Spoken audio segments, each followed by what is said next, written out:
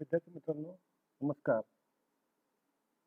HSC vocational म्हणजे आपल्या उच्च माध्यमिक व्यवसाय अभ्यासक्रमाच्या ऑटोमोबाईल टेक्नॉलॉजीच्या इयत्ता 12वीच्या ऑनलाईन अभ्यासक्रमामध्ये आपल्या सगळ्यांचं स्वागत.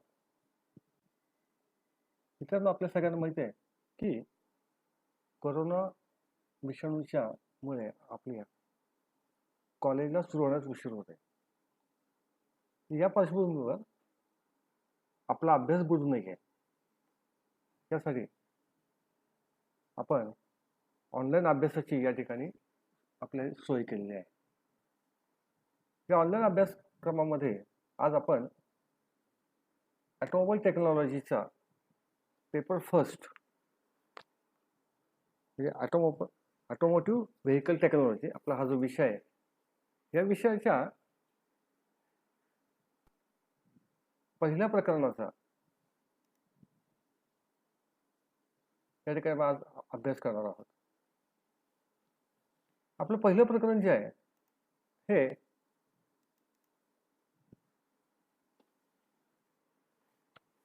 क्लच हे आपलं पहिलं प्रकरण आहे. पण आपण आपल्या प्रकरणाकडे वळण्याच्या आधी आपल्या विषयामध्ये ऑटोमोबाईल टेक्नॉलॉजी या विषयामध्ये ट्रान्समिशन सिस्टीम म्हणजे काय या विषयापर्यंत आपण बघणार आहोत. मित्रांनो, या ठिकाणी तुम्हाला एक चित्र दिसेल. या चित्रामध्ये तुम्हाला गाडीची एक चासी दिसेल. हा चासीचा पुढचा भाग आहे, हा मागचा भाग आहे. चासीचा पुढचा जो भाग आहे त्या ठिकाणी गाडीचं इंजिन बसवलेलं असतं.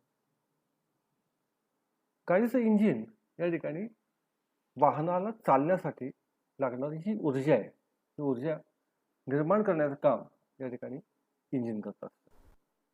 आता इंजिनमध्ये निर्माण झालेली जी ऊर्जा आहे ही गाडीच्या मागच्या चाकांपर्यंत पोहोचवण्यासाठी वाहनामध्ये जे काही घटक वापरलेले आहेत या घटकांना आपण ट्रान्समिशन सिस्टीम असं म्हणतो.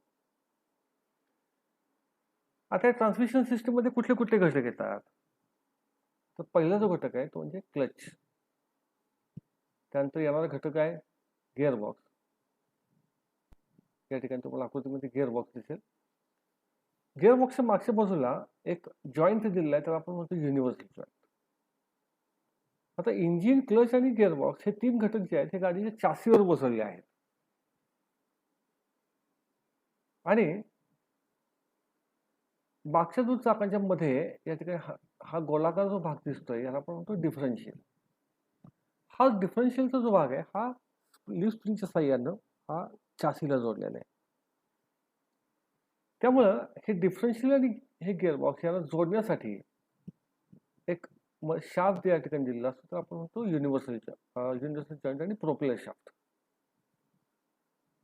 या प्रोपेलर शाफ्टच्या दोन्ही टोकांवर या ठिकाणी दोन युनिव्हर्सल जॉईंट तुम्हाला दिसतात आणि या युनिव्हर्सल जॉईंटच्या पुढच्या बाजूला हे डिफरन्शियल दिसतं. इंजिनकडून आलेली जी ऊर्जा आहे ही डिफरन्शियल पर्यंत आल्यानंतर डिफरन्शियल मार्फत ती गाडीच्या दोन्ही चाकांपर्यंत ती पोहोचवली जाते. आता या ट्रान्समिशन सिस्टीम मध्ये इंजिन पासून मागील चाकांपर्यंत इंजिनने उत्पादित केलेली शक्तीचा प्रवास कसा होतो हे आपल्याला दाखवलेलं आहे. आता इंजिनच्या क्रँकशाफ्टने निर्माण केलेली जी गती आहे ती इंजिनच्या फ्लायव्हील मार्फत क्लच, त्यानंतर गिअरबॉक्स, त्यानंतर युनिव्हर्सल जॉईंट, प्रोपेलर शाफ्ट, पुन्हा universal joint, differential, rear axle यांच्या मार्फत ती आपल्या चाकांपर्यंत दिलेली आहे.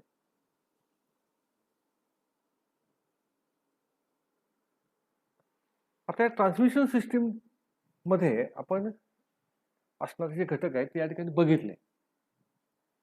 याच्यानंतरचा जो भाग आहे तो म्हणजे या ट्रान्समिशन सिस्टीम किंवा आपला जो विषय आहे ऑटोमोटिव्ह व्हेकल टेक्नॉलॉजी, या व्हेकल टेक्नॉलॉजीमध्ये आपलं असणारं पहिलं प्रकरण जे आहे या पहिल्या प्रकरणाचं नाव आहे त्या ठिकाणी क्लच.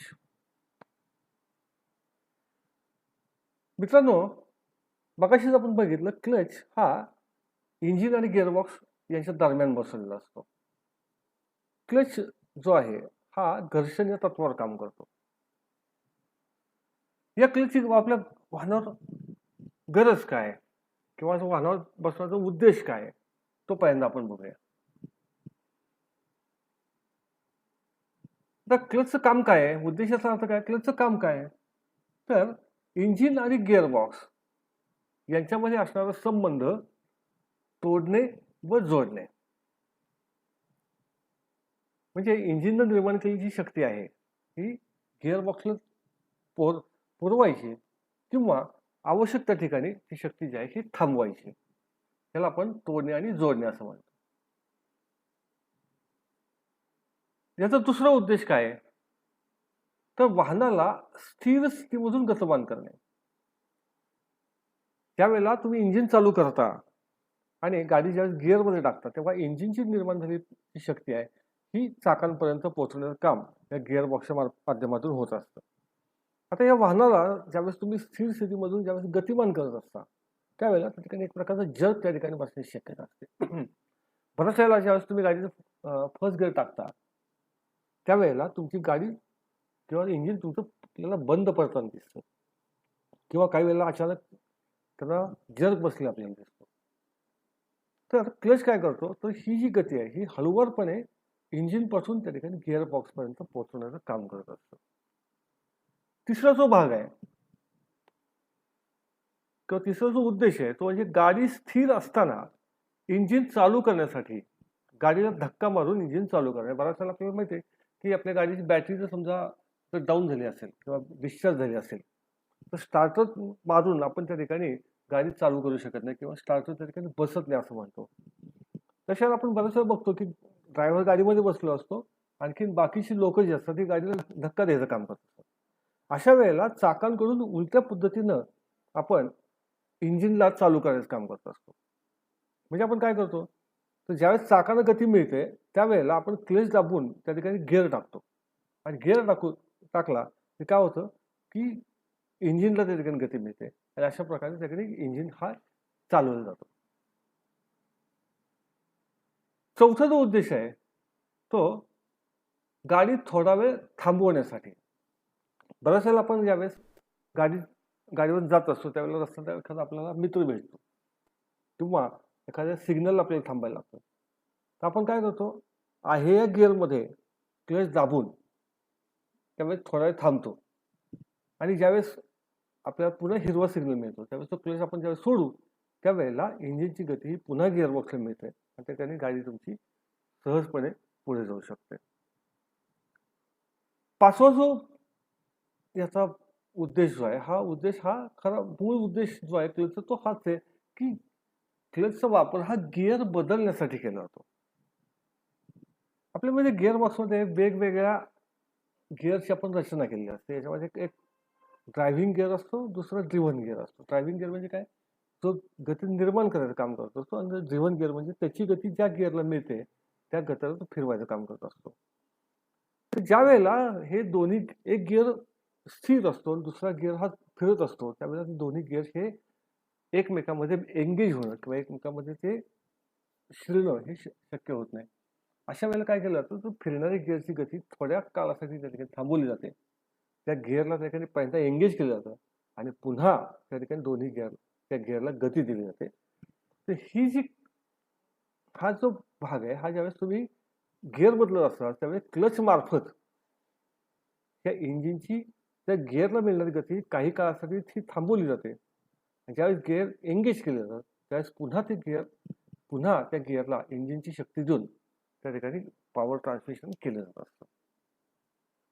पुढचा जो उद्देश आहे तो म्हणजे चढावर वाहनाला गती देण्यासाठी. आता चढावर वाहनाला गती देण्यासाठी म्हणजे काय होतं, तर बऱ्याच वेळा आपण असं बघतो की यावेळेस आपली गाडी जुनी झालेली असते, इंजिन हे जुनं झालेलं असतं, त्यावेळेला चढावर गाडी ही लवकर चढत नाही. त्यावेळेस आपण काय करतो, हाफ क्लचिंग करून त्या ठिकाणी आपण ॲक्सिलरेटर वाढतो. हाफ क्लचिंग केल्यामुळे काय होतं की इंजिनची गिअरबॉक्सला किंवा चाकांशी असणारा संबंध हा अंशतः त्या ठिकाणी तोडला जातो.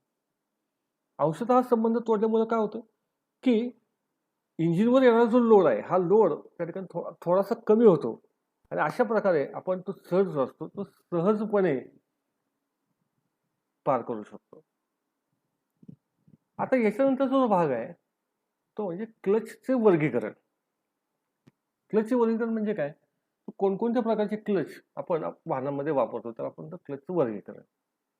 आता क्लचचं वर्गीकरण करताना त्याचे पहिले मुख्य 2 प्रकार पडतात. पहिला म्हणजे मॅन्युअल ऑपरेटेड क्लच आणि दुसरा automatic clutch. Manual operated clutch म्हणजे काय, तर जे क्लच हे मनुष्य शक्तीद्वारे ऑपरेट केलं जातं, म्हणजे हाताच्या साह्याने किंवा पायाने ऑपरेट केलं जातं, तर आपण मॅन्युअल ऑपरेटेड क्लच असं म्हणतो. मॅन्युअल ऑपरेटेड क्लचचा पहिला जो भाग आहे तो म्हणजे फ्रिक्शन क्लच. आपल्याला माहिती आहे की क्लच हा घर्षण या तत्वावर काम करतो, म्हणून आपण फ्रिक्शन क्लच असं नाव दिले.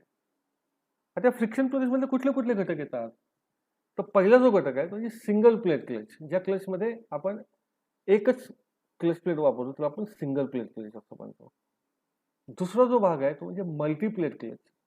या क्लचमध्ये एकापेक्षा जास्त क्लच प्लेट वापरले जातात त्याला मल्टी प्लेट क्लच असं म्हणतात. तिसरा जो आहे तो कोन क्लच आणि चौथा जो आहे डायफ्रॅम क्लच. असे 4 प्रकार या ठिकाणी फ्रिक्शन क्लचमध्ये येतात. आणि दुसरा जो प्रकार आहे तो आपण ऑटोमॅटिक क्लच. आता ऑटोमॅटिक क्लच कुठल्या वाहनांमध्ये वापरता मिळतो, तर सध्याचे जे स्कूटर आपण बघतो, ॲक्टिवा असेल किंवा तुमच्या सुझुकीची असेल, अशा मायस्ट्रो असेल, या ज्या स्कूटर्स आहेत या स्कूटरला आपण बघतो त्या ठिकाणी क्लच नाही आहे. क्लच नाही याचा अर्थ असा क्लच आहे पण तो क्लच ऑपरेट करण्यासाठी त्या ठिकाणी मनुष्य शक्तीचा वापर केला जात नाही. तर ह्या क्लचला आपण ऑटोमॅटिक क्लच असं म्हणतो. या ऑटोमॅटिक क्लचमध्ये येणार पहिला भाग जो आहे तो म्हणजे सेंट्रिफ्युगल क्लच. दुसरा जो आहे तो सेमी सेंट्रिफ्युगल क्लच. तिसरा जो भाग आहे तो म्हणजे हायड्रॉलिक क्लच. चौथा जो आहे हा इलेक्ट्रोमॅग्नेटिक क्लच आणि पाचवा जो प्रकार आहे म्हणजे व्हॅक्यूम क्लच. तर अशा प्रकारे या ठिकाणी क्लचचं वर्गीकरण केलं जातं. आता क्लचचा अभ्यास करत असताना आपण साधारणतः पहिल्यांदा आपण फ्रिक्शन क्लचचा आपण सुरुवातीला अभ्यास करतो, कारण बहुतांशी अजून वाहनांमध्ये त्या ठिकाणी सिंगल प्लेट आणि मल्टीप्लेट क्लच हे वापरले जात असल्या कारणानं आपण त्या ठिकाणी या क्लचचा अभ्यास करत असताना आपण फ्रिक्शन क्लचचा त्या ठिकाणी अभ्यास करूया. तर या ठिकाणी तुम्हाला क्लचची एक फ्लो डायग्राम या ठिकाणी दाखवली. आता फ्लो डायग्राम म्हणजे काय, तर त्या डायग्राम मध्ये क्लचचे सर्व भाग या ठिकाणी तुम्हाला हे असे एका विशिष्ट रेषेमध्ये या ठिकाणी दाखवले आहेत. त्याला आपण फ्लो डायग्राम असं म्हणतो. आता फ्लो डायग्राम मध्ये तुम्हाला काय काय दिसतंय, तर हा सुरुवातीचा जो भाग आहे याला आपण म्हणतो फ्लायव्हील. हे फ्लायव्हील जे असतं हे फ्लायव्हील इंजिनच्या क्रँकशाफ्टवर बसलेलं असतं. फ्लायव्हीलच्या नंतर येणारा जो भाग आहे तो म्हणजे क्लच प्लेट. क्लच प्लेट जे आहे हे तुम्हाला इथे पिवळ्या रंगामध्ये दिसेल. त्याच्यानंतर जो भाग येतो त्याला आपण म्हणतो प्रेशर प्लेट. ही प्रेशर प्लेट काय करते, तर या क्लच प्लेटला फ्लायव्हीलच्या आणि प्रेशर प्लेटच्या मध्ये त्या ठिकाणी दाबलं जातं. या प्रेशर प्लेटवर दाब निर्माण करण्यासाठी या ठिकाणी तुम्हाला या स्प्रिंग दिसतील, त्याला आपण म्हणतो क्लच स्प्रिंग असं म्हणतो. आणि या सगळी असेंब्ली जी आहे ही सगळी असेंब्ली झाकण्यासाठी हा जो भाग ज्या ठिकाणी दिलेला आहे या भागाला आपण म्हणतो क्लच कव्हर. क्लच कव्हर जे आहे हे नटबोल्टच्या सहाय्याने आपण फ्लायव्हीलवर ठिकाणी बसवतो आणि सगळी असेंब्ली जी असते ही आतल्या बाजूला बसते. क्लच कव्हरच्या मागच्या बाजूला या ठिकाणी याला जो भाग आहे तो म्हणजे हे बेरिंग आहे, थ्रस्ट बेरिंग म्हणतो आपण. थ्रस्ट बेरिंग आणि या ठिकाणी हे क्लच या क्लच लिंकेजेस या ठिकाणी दिलेले आहेत. तर असे या ठिकाणी क्लचचे सर्व भाग असतात. आता हे क्लचचे भाग जे आहेत हे 3 विभागात हे विभागले गेले. पहिला जो भाग आहे त्याला आपण म्हणतो ड्रायव्हिंग मेंबर. आता ड्रायव्हिंग मेंबर कशाला म्हणायचं की जो भाग इंजिनच्या शक्तीद्वारे फिरला जातो आणि तो इंजिन क्लचच्या भागाला फिरवतो त्याला आपण ड्रायव्हिंग मेंबर असं म्हणतो. या ड्रायव्हिंग मेंबरमध्ये काय काय येतं तर ड्रायव्हिंग मेंबरमध्ये हे फ्लायव्हील येतं. त्यानंतर येतो तो भाग म्हणजे क्लच कव्हर.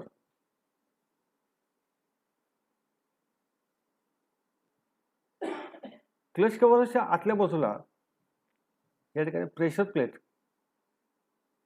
प्रेशर स्प्रिंग, याच्यावर आपण दाखवले प्रेशर स्प्रिंग, रिलीज लिव्हर, हे भाग या ठिकाणी या ड्रायव्हिंग मेंबरमध्ये येतात. दुसरा जो भाग आहे त्याला म्हणतो ड्रिव्हन मेंबर. ड्रिव्हन मेंबरमध्ये सगळ्यात महत्वाचा जो भाग येतो तो म्हणजे क्लच प्लेट. क्लच प्लेट जी आहे ही क्लच प्लेट ही एका दात्री असलेल्या शाफ्टवर बसवली जाते. त्याला आपण क्लच शाफ्ट असं म्हणतो.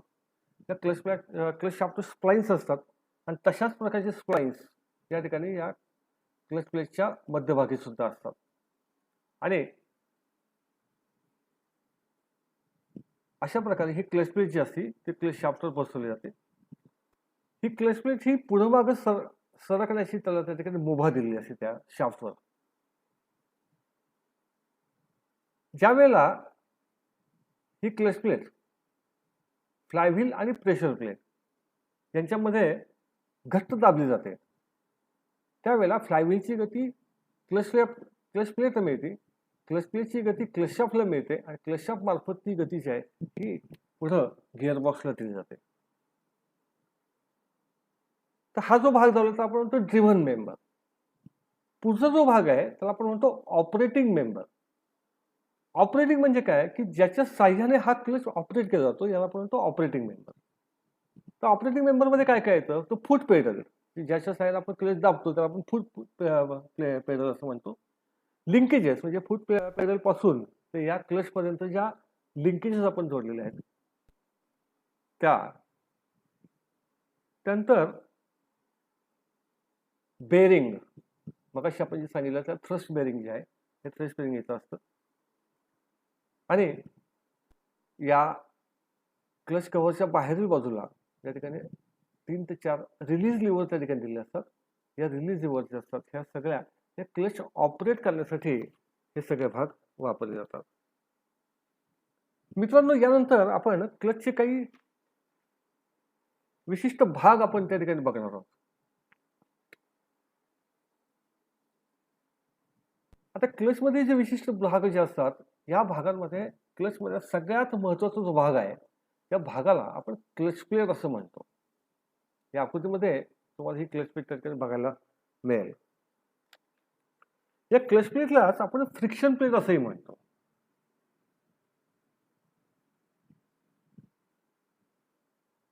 आता ज्या वेळेला ही क्लच प्लेट फ्लायव्हील आणि प्रेशर प्लेट यांच्यामध्ये दाबली जाते त्यावेळेला त्याच्या मध्यभागात असणारे जे स्प्लाइन्स जे आहेत हे स्प्लाइन्स काय करतात तर क्लच शाफ्टला फिरवतात आणि अशा प्रकारे फ्लायव्हीलची गती जी आहे ही क्लच शाफ्ट मार्फत पुढे पाठवली जाते.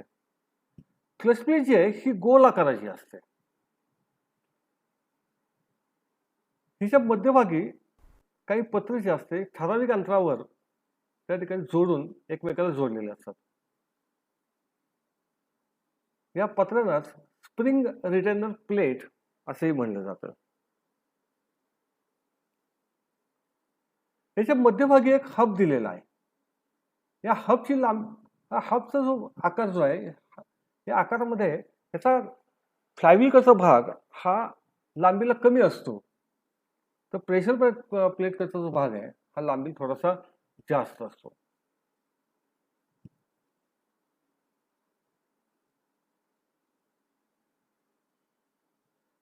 आता या क्लच प्लेटमध्ये इथं काही स्प्रिंग या ठिकाणी तुम्हाला बसवलेले दिसतील.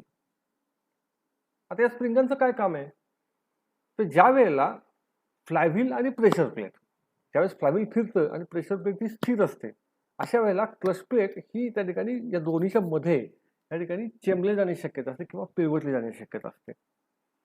तर हा निर्माण होणारा जो दाब आहे हा दाब या क्लच स्प्रिंग मार्फत सहन केला जातो आणि क्लच प्लेटला त्या ठिकाणी पिळवटून जाऊन दिलं जातं. या स्प्रिंगांच्या नंतर बाहेरच्या बाजूला बाहेरच्या परिघावर तुम्हाला या ठिकाणी क्लच लाइनिंग दिसेल. हे क्लच लाइनिंग जे असतं हे fibre, synthetic rubber, asbestos, aluminium, पितळी धातू इत्यादींपासून या ठिकाणी बनवलं असतं आणि हे रिवेटच्या साह्यानं या क्लचच्या बाहेरच्या परिघावर त्या ठिकाणी बसवलेलं असतं. आता एक लाइनिंग मटेरियल जे आहे हे क्लच प्लेटच्या दोन्ही बाजूला त्या ठिकाणी बसवलं जातं. त्यामुळं फ्लायव्हील आणि प्रेशर प्लेट या दोन्हीच्या मध्ये घर्षण निर्माण करण्याचं काम त्या ठिकाणी हे लाइनिंग करत असतं. मित्रांनो, क्लच प्लेट नंतरचा आपण जो भाग बघणार आहे त्याला आपण म्हणतो प्रेशर प्लेट. प्रेशर प्लेट ही अचूक मापात तयार केलेली असून की क्लच प्लेटवर दाब निर्माण करण्यासाठी या क्लच प्लेटचा प्रेशर प्लेटचा त्या ठिकाणी वापर केला जातो. मगाशी आमच्या आकृतीमध्ये माझी प्रेशर प्लेट याने मगाशी दाखवलेली आहे. या प्रेशर प्लेट नंतर जो येणारा जो भाग आहे तो म्हणजे रिलीज लिव्हर. रिलीज लिव्हर या क्लच क्लवरवर नटाच्या साह्याने बसवले असतात. या रिलीज लिव्हरची संख्या 3 ते 4 असते. हे क्लच कव्हर जे आहे त्या क्लच कव्हरच्या बाहेरच्या परिघावर या ठिकाणी ह्या रिलीज लिव्हर बसवलेले असतात. या 3 ते 4 रिलीज लिव्हर या क्लच कव्हरवर ठराविक अंतरावर त्या ठिकाणी बसवलेले असतात. ज्या वेळेला तुम्ही क्लच ऑपरेट करता त्यावेळेला या ठिकाणी असणारा जो बेरिंग जे आहे हे बेरिंग या क्लच लिव्हरवर दाब निर्माण करतं आणि यांनी निर्माण केलेल्या दाबामुळे काय होतं तर प्रेशर प्लेट जी आहे ही मागच्या बाजूला खेचली जाते. प्रेशर प्लेट ज्यावेळेस मागच्या बाजूला खेचली जाते त्यावेळेला फ्लायव्हील आणि प्रेशर प्लेट यांच्यामध्ये अंतर वाढतं आणि क्लच प्लेट जी असते ही क्लच प्लेट त्या ठिकाणी मोकळी फिरते. याच क्रियेला आपण क्लच डिसएंगेज होणं असं म्हणतो. ते या रिलीज लिव्हर अशा प्रकारे काम करतात. त्याच्यानंतर जो भाग आहे तो म्हणजे स्प्रिंग. आता यामध्ये आपण मगाशी स्प्रिंग बघितल्या. या स्प्रिंग काय करतात तर या स्प्रिंग प्रेशर प्लेटवर बसवलेले असतात आणि प्रेशर प्लेट ही क्लच कव्हरच्या आतल्या बाजूला बसवलेली असते. ज्या वेळेला क्लच एंगेज असतो त्यावेळेला या स्प्रिंग प्रेशर प्लेटवर दाब निर्माण करतात आणि प्रेशर प्लेट जी असते ही क्लच प्लेटला फ्लायव्हीलवर दाबून धरते. या स्थितीला आपण म्हणतो क्लच एंगेज असणे असं म्हणतो. याच्यानंतरचा जो भाग आहे तो म्हणजे थ्रस्ट बेरिंग. थ्रस्ट बेरिंग जे असतं हे थ्रस्ट बेरिंग काय करतं ज्यावेळेस तुम्ही क्लच पेडल दाबता त्यावेळेला क्लच लिंकेजेस मार्फत तो दाब परिणाम जो आहे हा बेरिंग पडतो आणि बेरिंग या रिलीज लिव्हरना दाबण्याचं काम करतो. याच्यानंतरचा जो भाग आहे तो म्हणजे क्लच कव्हर. क्लच कव्हर हे प्रेस्ड स्टील पासून बनवले असतं. हे कव्हर जे आहे हे नटबोल्टच्या साह्यानं फ्लायव्हीलवर बसवलेलं असतं. याच्या आतमध्ये प्रेशर प्लेट असेंब्ली बसवली असते. कव्हर हे रिलीज लिव्हरला पिव्होट प्रदान करत असतो. तसेच या प्रेशर स्प्रिंग जे आहेत या प्रेशर स्प्रिंगचा दाब सुद्धा सहन करण्याचं काम या ठिकाणी क्लच कव्हरला करावं लागतं. मित्रांनो, याच्यानंतरचा जो भाग आहे त्याला आपण म्हणतो आदर्श क्लचचे सर्वसाधारण गुणधर्म. म्हणजे आपल्या वाहनावर बसवलेला जो क्लच आहे हा क्लच कशा पद्धतीचा असावा या संदर्भामध्ये आपण या ठिकाणी माहिती घेणार आहोत. किंवा साध्या शब्दावर आपण असं म्हणू शकतो की चांगला क्लच कसा असावा. आता चांगला क्लच कसा असावा